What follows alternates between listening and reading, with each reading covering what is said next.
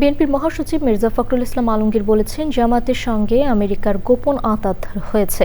এই আঁতাত দেশের ক্ষতি করবে। ঠাকুরগাঁয়ে নির্বাচনী পথসভায় তিনি এ কথা বলেন। দেশের অন্য জেলাগুলোতেও সংসদ নির্বাচন ঘিরে চলছে জমজমাট প্রচার। ভোটারদের দাঁড়ে দাঁড়ে গিয়ে প্রার্থীরা দিচ্ছেন নানা প্রতিশ্রুতি। প্রতিদ্বন্দ্বী প্রার্থীদের রয়েছে পাল্টা অভিযোগ। প্রতিনিধির পাঠানো তথ্য ভিডিও চিত্রে লায়লা নওশিনের রিপোর্ট। সংসদ নির্বাচন ঘিরে সারা দেশে শুরু হয়েছে ভোটের উৎসব। প্রতীক পেয়ে প্রার্থীরা ছুটছেন ভোটারদের কাছে। ভোটাররাও বিশ্লেষণ করছেন প্রার্থীদের পরিকল্পনা। আমাদের প্রত্যাশা হলো যে তারা যেন দায়িত্বশীল আচরণ করে, দেশের উন্নয়নের কাজ করবে। যদি করে তাহলে ভালো, আর না করলে ওইভাবে হাতে নেওয়া তাকে পালাতে হবে। আমরা চাইছি যে সবাই মিলে সর্বক্ষণই ভোটটা হোক।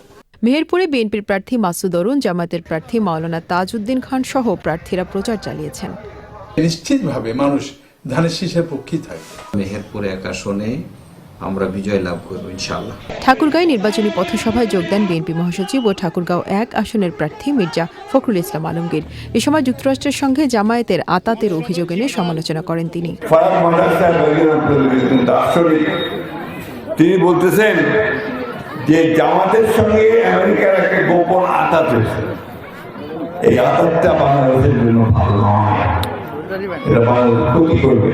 বন্ধুগণ, আমরা এই বিষয়ে আমরা পররাষ্ট্র মন্ত্রণালয়ের একটা ব্যাখ্যা চাই যে ওয়াশিংটন পোস্টে যে নিউজটা বেরিয়েছে, এই নিউজটা কতটুকু সত্যি এবং এটার ব্যাখ্যাটা কি, সে ব্যাখ্যাটা আমরা চাই। বরিশাল 1 আসনে বিএনপির প্রার্থী এম জহিরুদ্দিন স্বপন নির্বাচনী প্রচার চালিয়েছেন।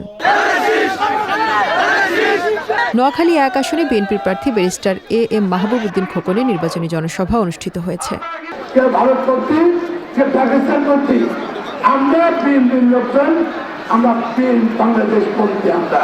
গাজীপুর 1 আসনকে টেকসই পরিবেশ বান্ধব নগরী হিসেবে গড়ার প্রতিশ্রুতি দিয়ে পথসভা করেছেন বিএনপির প্রার্থী সাবেক মেয়র মুজিবুর রহমান। পরিবেশ বান্ধব একটা সুন্দর নগরী গড়ব। চাঁদপুরের কচুয়ার সাচার নয়াকান্দি এলাকায় ধানের শীষ প্রতীকে ভোট চেয়ে পথসভা করেছেন সাবেক শিক্ষা প্রতিমন্ত্রী ও বিএনপির আন্তর্জাতিক বিষয়ক সম্পাদক ডক্টর নওমা এহসানুল হক মিলন। ব্রাহ্মণবাড়িয়া 2 আসনে জাতীয় পার্টির প্রার্থী জিয়াউল হক মৃধা জনসভা করেছেন। রাজশাহীতে প্রচার চালিয়েছেন বিভিন্ন দলের প্রার্থীরা। Laila Nowshin, channel I.